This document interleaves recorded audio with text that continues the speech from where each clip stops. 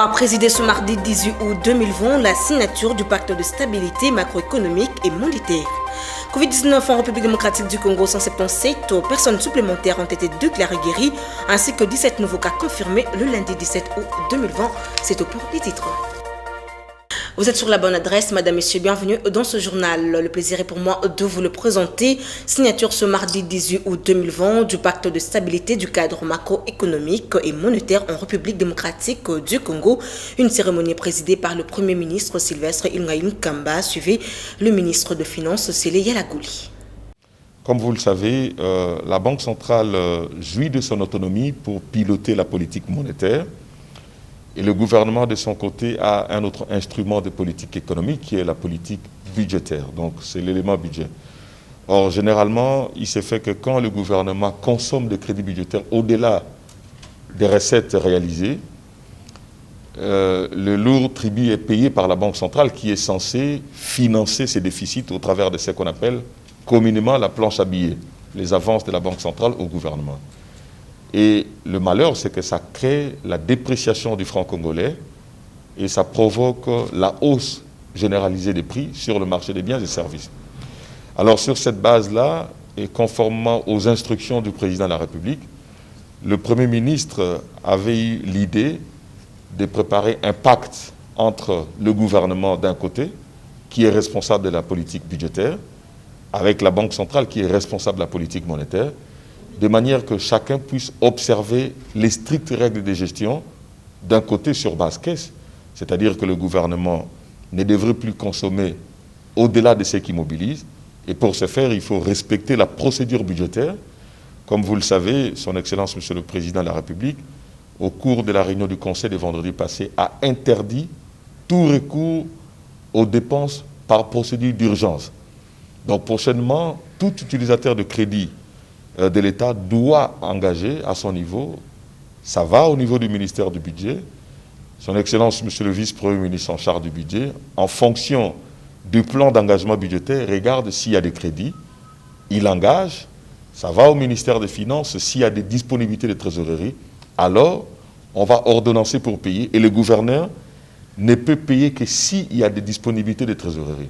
Ce pacte qui est une nouveauté voudrait dire que le gouvernement a en tout cas pris le ferme engagement, au travers de la volonté politique exprimée par le président de la République et le Premier ministre, pour que nous puissions gérer sur base caisse de manière à préserver la stabilité du taux d'échange et du taux d'inflation et de surcroît veiller à la stabilité du bien-être de la population, lequel bien-être est souvent érodé quand il y a la hausse généralisée des prix et quand il y a dépréciation de la monnaie nationale au travers du taux de change qui monte. Toujours à la primature, le gouvernement constate qu'il y a quelques frémissements sur le marché des changes qui impactent les niveaux de l'inflation, suivait le ministre du Budget Jean Baudouin Mayor. La réunion du comité de conjoncture vient de se tenir ce mardi sous la haute direction de son Excellence, Monsieur le Premier ministre, chef du gouvernement, le professeur Sylvestre Ilunga Kamba. Et deux notes étaient à l'examen. D'abord, la note de conjoncture présentée par Madame la vice-première ministre, ministre du Plan, ainsi que la note sur le secteur minier présentée par son Excellence, Monsieur le ministre des Mines. Et il ressort de l'examen de la première note qu'il y a quelques frémissements sur le marché de change qui impactent sur le taux d'inflation. Mais que on ne devrait pas s'en alarmer parce que ce n'était pas dans des proportions qui puissent nous gêner. Mais cela attire notre attention pour que la vigilance soit de tous azimuts et que les efforts soient redoublés. C'est ainsi que Son Excellence, Monsieur le Premier ministre, chef du gouvernement, nous a instruit, moi-même et mon collègue de finances et le gouverneur de la Banque centrale, de tenir à nos engagements, notamment respecter le cadre du plan de trésorerie, respecter l'instruction du président de la République, chef de l'État, pour mettre fin aux dépenses d'urgence qui n'y en est donc plus. Ceux-là qui viennent faire pression, qui viennent avec des raisons redondantes, qu'ils arrêtent donc parce qu'il n'y aura plus de dépenses d'urgence.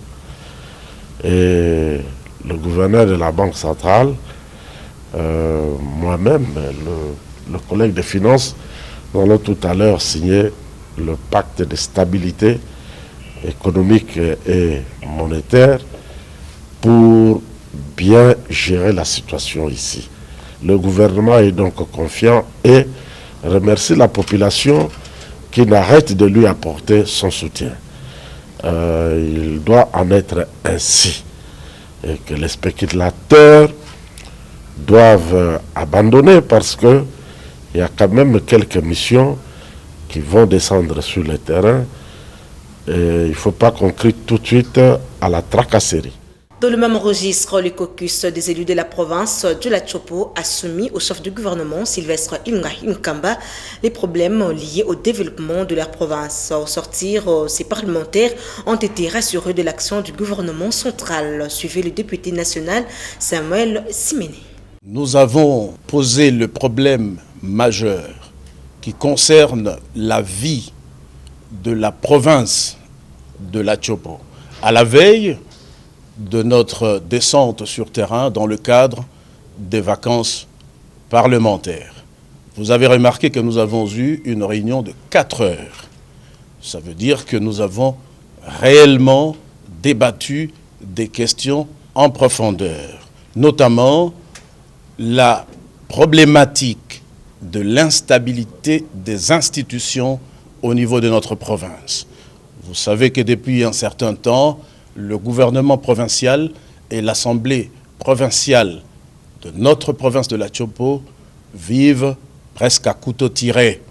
Nous avons voulu demander au gouvernement central de nous dire quelles sont les dispositions qui ont été prises au niveau du pouvoir central pour calmer la situation au niveau de la province, pour permettre à la province d'être gouvernable.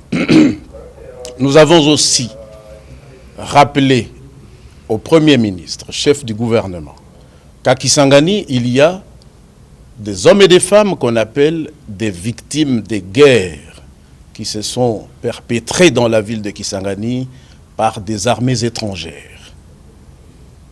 Une délégation de ces victimes se trouve ici à Kinshasa et a besoin de regagner Kisangani avec des solutions claires.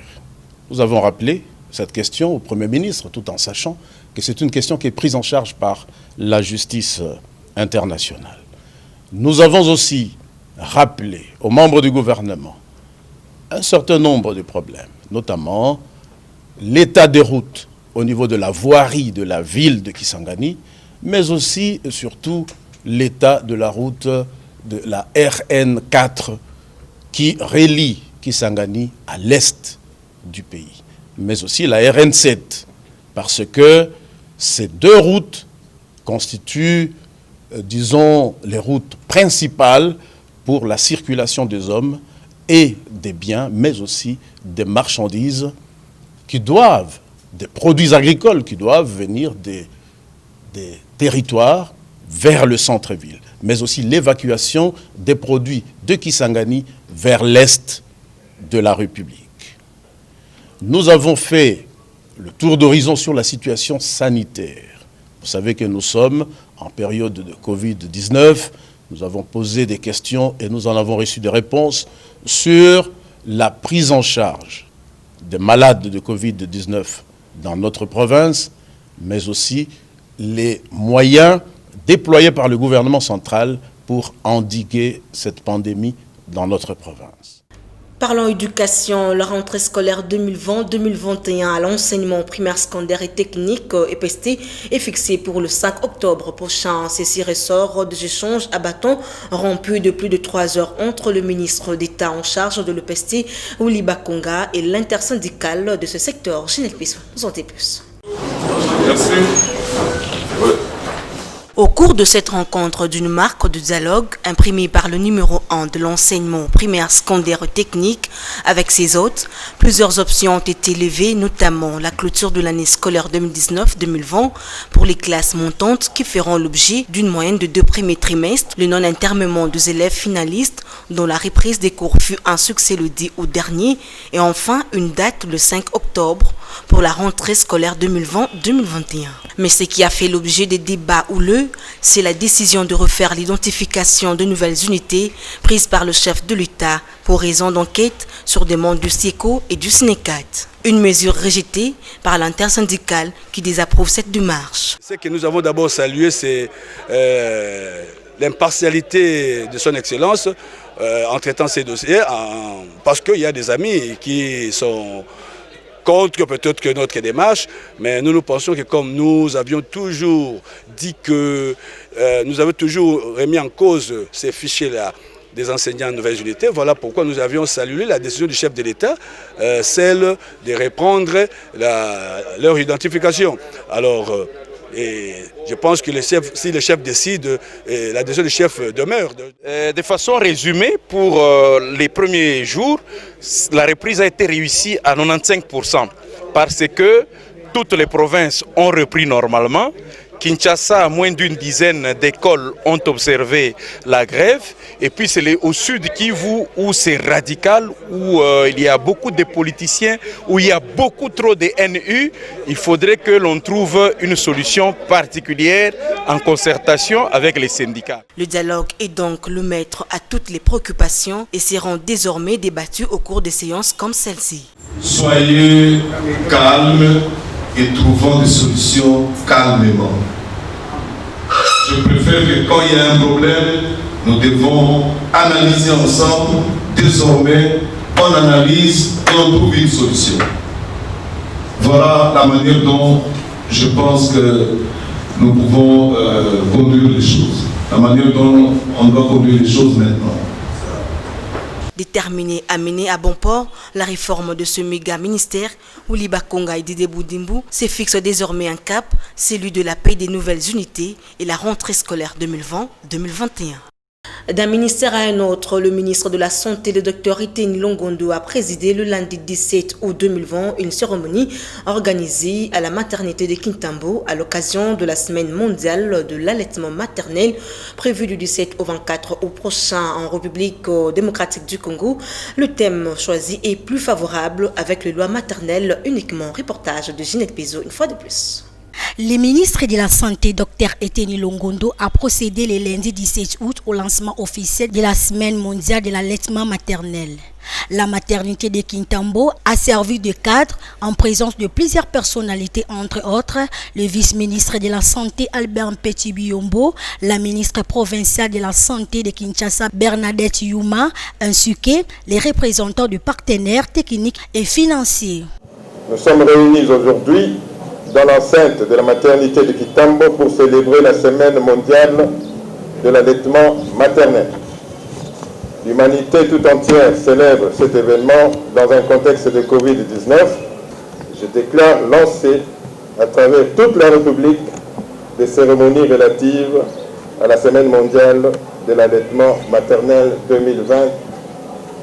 Vive la Semaine mondiale de l'allaitement maternel. Vive nos mamans qui allaitent nos enfants. L'occasion était pour les directeurs du programme national de nutrition, Dr Bruno Bidama, de lancer un appel au gouvernement ainsi qu'aux partenaires de porter main forte aux interventions de nutrition pour sauver les vies des enfants. La République démocratique du Congo figure parmi les pays de l'Afrique de l'Ouest et du Centre où les enfants ne grandissent pas convenablement, pour ne pas dire qu'ils ne grandissent pas bien. Selon l'enquête Miss de 2018. Peu avant, Eteni Longondo, accompagné de son adjoint, a remis un lot important de matériel au gouverneur du Kasaï, traduisant le don de l'OMS pour faciliter la mobilité de la lutte contre la COVID-19 au Kasaï. Le secrétariat multisectoriel de la lutte contre le coronavirus en République démocratique du Congo a renseigné dans son bulletin du lundi 17 août 2020 177 nouvelles personnes, 17 nouveaux contaminés et 0 cas de décès. Commentaire de Seigneur Tundele. D'après le bulletin du secrétariat multisectoriel de la lutte contre le coronavirus en République démocratique du Congo, le pays a enregistré pour le compte de la journée du lundi 17 août 2020 177 nouvelles personnes guéries, dont 77 à Kinshasa, 100 dans les autres provinces et 0 cas liés au décès. Par ailleurs, le document indique pour la même journée que sur base de 333 échantillons testés, 15 nouveaux cas ont été confirmés, dont 8 au nord Kivu, 3 en Ituri, 3 à Kinshasa et 1 au nord Ubangi. Cependant, le cumul de cas est de 9721, dont 9720 cas confirmés et un cas probable depuis que cette pandémie a été déclarée le 10 mars dernier en République démocratique du Congo. Au total, il y a eu 8882 personnes guéries, 243 décès, 242 cas confirmés et improbables. Les 17 provinces touchées par la COVID-19 sont le 26 que compte la RDC 100, Kinshasa et Pécentre avec 7849 cas, Nord Kivu 551, Congo central 429, au Katanga 314, Sud Kivu 295, Lualaba 94, Ituri 88, Otuele 43, Chopo 27, Nord-Ubangi 9, Équateur 8, Kulu 6, Sud-Ubangi 5, Olomami 1, Kasaï 1, Kasaï central 1 et enfin Kwango 1 cas. Rendons-nous en Ituri où bientôt les éléments de FRDC seront renforcés le long des frontières de Maragui et Aru. Objectif, barrer la route aux semeurs des troubles en Ituri. Reportage. Beaucoup de défis restent encore à relever sur le plan sécuritaire en province de l'Ituri. Les frontières qui nous séparent des autres pays de l'Est doivent être sécurisées.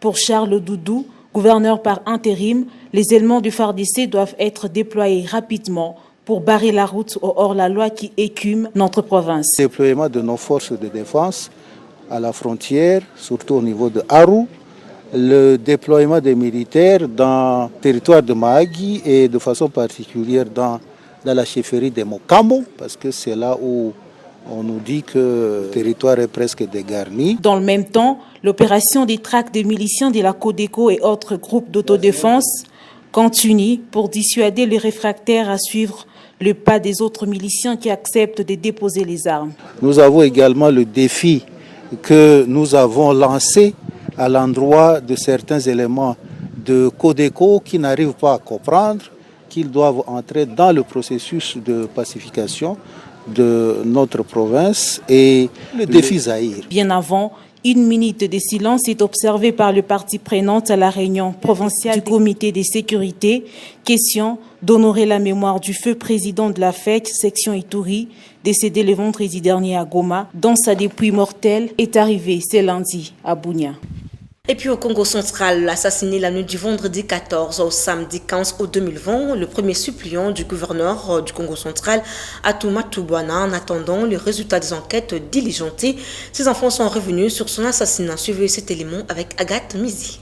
Albert Timba, député provincial du Congo central, a été assassiné la nuit du vendredi 14 au samedi 15 août 2020 dans sa résidence familiale par une bande d'hommes armés non autrement identifiés.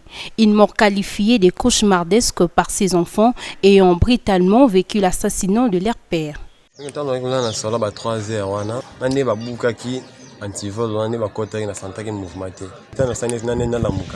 amoni makola moto liboso na ngai abrakanga déjà arme na moto bazaki beye bamusu bazaki zalaki likolo boye nani papa bimaki abimina mwa libende na ye papa me ko se défendre ko buna bango ba tirer papa zaki na envie mais ba longo zaki vraiment bien té puis que bango bazaki armé moi musu zalaki en ça ba musu zaki na mutu musu vient na poitrine to boli bimi na poana nani assez à l'épaule tant ba côté na chambre ba buki ba armoire place papa tira mbongo bazimbongo bamba kende moko na bango alabi bongo tika epo anisili sai lakini bakagote meta amoni bona yebe sote bale la suka kala te kakeleli papa kimia la bi papa kufi. Osimi papa simbi awa. Donc il m'a dit na simbi na kingwa na OK moto ngani bolela non te bosa vie de frère papa ça na viva. Otuka kolela. Toke ko benga ba grand frère. On va y ba ina chauffeur. Ate papa na mutuka ba kieki. Tebika papa ki hôpital. Zut bengi. Obineni posa papa. Ici est de noter que Albert Simba a rendu l'âme à l'âge de 57 ans, laissant derrière lui une femme et 9 enfants. Il a été premier suppléant du gouverneur du Congo central, Atuma Tubwana, avant d'être investi député provincial. Les enquêtes sont en cours, mais jusqu'à présent, aucune culpabilité de cet assassinat n'est encore révélée. Il sera aussi le 3e député provincial que vient de perdre la province du Congo central depuis le début de cette législative en cours. Dans un autre chapitre, le coordonnateur du mouvement de jeunes s'inquiète de la manière dont les choses se sont déroulées à l'occasion de la journée internationale de la jeunesse. Justin Bahati demande au président de la République de recevoir le jeune dans un format réduit en vue de discuter sur les vrais problèmes qui leur concernent. Ce dernier profite de l'occasion pour lancer un message allant dans le sens d'encourager les jeunes Congolais. Suivez-le dans ce propos recueillis par Agathe Mizi et Freddy Ikotama. Tout simplement, il faut comprendre que la jeunesse congolaise a raté la journée du 12 août. Une journée qui devait se consacrer sur des réflexions pour l'avenir de la jeunesse.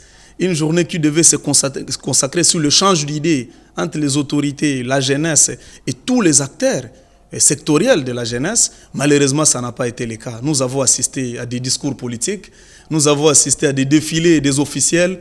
Rien de quintessent, rien d'important n'est ressorti de cette journée. Vous pensez que le mémo de la jeunesse, le chef de l'État va prioriser ça? Ou un ministre de la jeunesse? Non. Il a besoin de l'écouter. Communication bouche à l'oreille. C'est ça même la communication traditionnelle. Nous avons raté ces rendez-vous malheureusement. Il y a eu même des soulèvements dans la journée. On a monté des jeunes, comme nous le mouvement citoyen, on devait communiquer. On nous a monté un deuxième jeune tout simplement parce qu'on avait une communication pleine de vérité, pleine de points sensibles. Ils ont dit non, il faut amener un autre jeune. Le Conseil national de la jeunesse, de la même chose. Une cacophonie. Les jeunes des partis politiques ont défilé là-bas, je ne sais pas de quelle tendance, pour flouer la vision de la jeunesse. Et c'est regrettable. Et c'est pourquoi même dans nos recommandations, dans les communiqués qui vous parviendra dans les quelques heures qui vont suivre, nous avons demandé au chef de l'État de recevoir à l'urgence des jeunes. Qu'ils reçoivent au moins 50 ou 100 jeunes dans un format réduit, mais représentatif bien sûr. Que ce format soit réduit et représentatif pour que les jeunes eux-mêmes discutent avec l'autorité sur les problèmes qui sont les leurs. Message du monde entier, où l'action mondiale, comme le thème l'avait dit, c'est l'unité et la paix. Que la jeunesse se retire des cracas politiques pour se concentrer autour d'une table. C'est ça la recommandation. Les jeunes doivent être autonomes, ils doivent rester constants et ne pas céder à tout vent qui passe de gauche à droite. Il n'y a pas de jeunes de Kasaï, il n'y a pas de jeunes de Kivu, il n'y a pas de jeunes de Congo central, il n'y a pas de jeunes de Maïndombe, il n'y a pas de jeunes de Kinshasa, il y a un jeune Congolais. Parlons en société dans ce journal. Les usagers de l'avenue Kassavubu dans le tronçon compris entre le rond-point Victoire et Bongolo appellent à l'intervention des autorités de ce secteur concernant les embouteillages observés dans ce coin causés par le manque de courtoisie routière. Reportage de nos stagiaires de l'IFASIC. Le manque de la courtoisie routière, les mauvais stationnements et les comportements des agents de police de circulation routière seraient les seuls mots à la base des embouteillages fréquemment constatés sur l'axe rond-point Victoire et Bongolo sur l'avenue Kassavubu. Il s'en observe également un carnaval des piétons aux abords de la chaussée au motif de voir le marché pirate abonde le dérive de la dite avenue au risque des accidents de circulation. Ici, les usagers de cet axe routier explosent leur désidérata. Embouteillage est créé premièrement, et ça d'abord manque de conscience il y a chauffeur. OK? Les chauffeurs doivent respecter d'abord le code de la route et ils doivent respecter la bande de la bangote. Premièrement, la bangote va causer l'embouteillage. Avant que tout le monde branche, il y a des policiers, des roulages, quoi que ce soit. C'est eux-mêmes de chauffeurs qui créent plus d'embouteillage. Au moment où la bande doit respecter la balai, mais le chauffeur a un retour, quand la bande a frôlé 2-3 bandes et créé un embouteillage. Premièrement, d'abord, on va conduire la police, va s'occuper de la bango vraiment. Bon, on doit créer un embouteillage. Ça va monter, ça va monter chez Zakate. C'est bon, ça doit être ma belle pour la pour que votre banque a on est pas choqué à Bisso. Ça doit être ma belle pour le banque bango, n'a pas choqué à Bisso, vas-y le colo. Zali à partir à roulage. baroulage nini oyo esalemaka wa ya mbote ya likasu ameka nanu kolandela bango omoni neti sikoyo embouteillage yango wana oya baroulage awa aza te loko bamisala kozwa mbote ya likasu na moi basala bamakelemba ya bambongo ebele yango moni embouteillage ifo ezala kaka. Il revient aux autorités des communes de Kalamou et Kassavubu ainsi que de l'hôtel de ville de Kinshasa d'avoir un œil regardant dans cette partie de la capitale congolaise afin d'épargner les populations de tout désagrément qui pourrait nuire à leur vie. Les abris des bus, autrefois servant pour l'attente de bus aux arrêts, aujourd'hui, ils servent au lieu de repos pour les enfants de la rue et autres vendeurs ambulants. Celui serait même un des facteurs qui engendre l'insécurité à Kinshasa. Les cas sont celui érigé le long du boulevard Lumumba dans son tronçon compris entre 1er et 16e rue dans la commune de Limité. Reportage de nos stagiaires de l'EFASIC, une fois de plus. Construits sur fonds propres du gouvernement, les abris bus métalliques érigés le long des grandes artères de la capitale Kinshasa, dont les arrêts de bus sont à ce jour abandonnés à leur triste sort. La plupart parmi lesquels sont transformés en abris des enfants de la rue communément appelés Chege, d'autres pour les fous et certains pour les vendeurs ambulants, pour ne citer que cela, sans même faire allusion aux poches d'insécurité que ces hangars créent dans les chefs de la population pendant les heures tardives, notamment sur 1er, 7e et 16e rue Limité, place de la gare, devant la galerie Albert, sur le boulevard du 30 juin et tant d'autres. Place où le gouvernement chacun va mais comme place Moroboé, bakomi koya kakote kababilo komi solo. En tout cas, tu sais que nous avons en place à l'espace parce que chaque fois, est-ce que ça a en place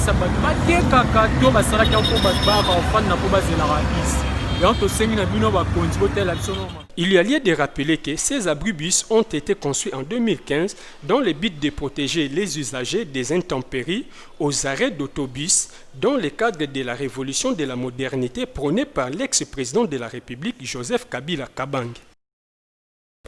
Aussitôt que les églises de la République démocratique du Congo ont repris avec les activités, il est constaté une perturbation des programmes de culte dans plusieurs églises, mais aussi les erreurs de culte, a constaté le pasteur Moïse Boniface Kanto de l'église Nouvelle Cité de David dans la commune de Lingola. Il est au micro de Lombilo Sophie et d'Embo Esther. Pour la question, nous avons respecté les mesures barrières. C'est à notre avantage. Si les gouverneurs de la province avaient insisté, ainsi que le président de la République, nous sommes obligés de suivre ces recommandations. Pourquoi? Parce que je disais que c'est à notre intérêt.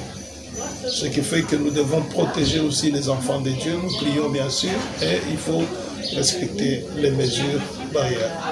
Bien sûr, nous avons eu des changements. C'est par exemple le problème de distanciation. Les distanciations ont fait que nous puissions diminuer l'effectif. Si peut-être on réunissait 100 personnes, nous sommes obligés de le faire et ça sera au moins 70 ou 60 personnes. Ce qui fait que le programme a changé, nous devons raccourcir le programme pour faire au moins 2 ou 3 cultes afin que tout le monde participe. Le dimanche, tout comme la semaine, donc le programme a changé. Et pour clore ce journal, après que la capitale Kinshasa est restée relativement calme et silencieuse pendant 5 mois dû à l'état d'urgence, aussitôt qu'est intervenue la réouverture de maisons de débit des boissons, des activités des églises et d'autres à caractère récréatif et culturel, il est constaté des bruits désordonnés, parfois désagréables. Dorcas Kabiombois, Lance Moussimbaka nous en parle. Tous ces bruits sont désordonnés et parfois désagréables à l'oreille.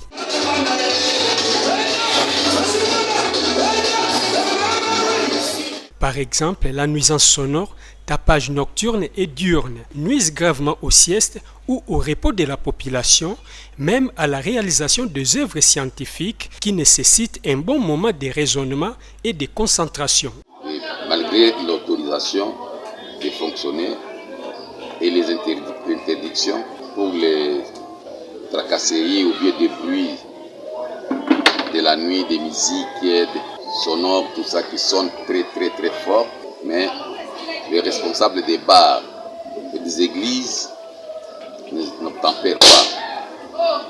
Ils font toujours les tapages nocturnes en jouant des musiques à haute voix, à tel point que les autres, les voisins, les amis manquent même le sommeil.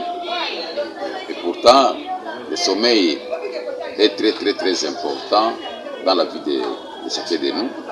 Il y a des hypertendus, il y a des gens qui ont des problèmes de suffisance de nerfs. Tout ça, ça provoque des maladies et des désordres dans la vie des gens. Rappelons que le commissariat provincial de la police ville de Kinshasa a pour sa part procédé le week-end dernier à l'arrestation d'une soixantaine de DJ, aussi à la confiscation des effets sonores appartenant à certaines bars, terrasses, églises et autres ne respectant pas des mesures édictées quant à ces. Et voilà que me termine cette édition du journal sur la scène de l'éducation, mais dont voici le rappel de principaux titres. Le chef du gouvernement a présidé ce mardi 18 août 2020 la signature du pacte de stabilité macroéconomique et monétaire. Covid-19 en République démocratique du Congo, 177 personnes supplémentaires ont été déclarées guéries, ainsi que 17 nouveaux cas confirmés le lundi 17 août 2020. Et c'en est fini complètement pour cette édition du journal, dont la chefferie a été assumée par Gilles Tundélé. Un grand merci à toute l'équipe technique, rédactionnelle. Derrière la caméra, c'était Freddy Ikotama, Guilhem Ayamba. Bienvenue à Touna. Restez branchés, mettez la barre au Covid-19. Je vous dis au revoir. Vous pouvez suivre cette émission en rediffusion quand vous voulez, où vous voulez, sur www.dab.video. Dab.video, le divertissement congolais.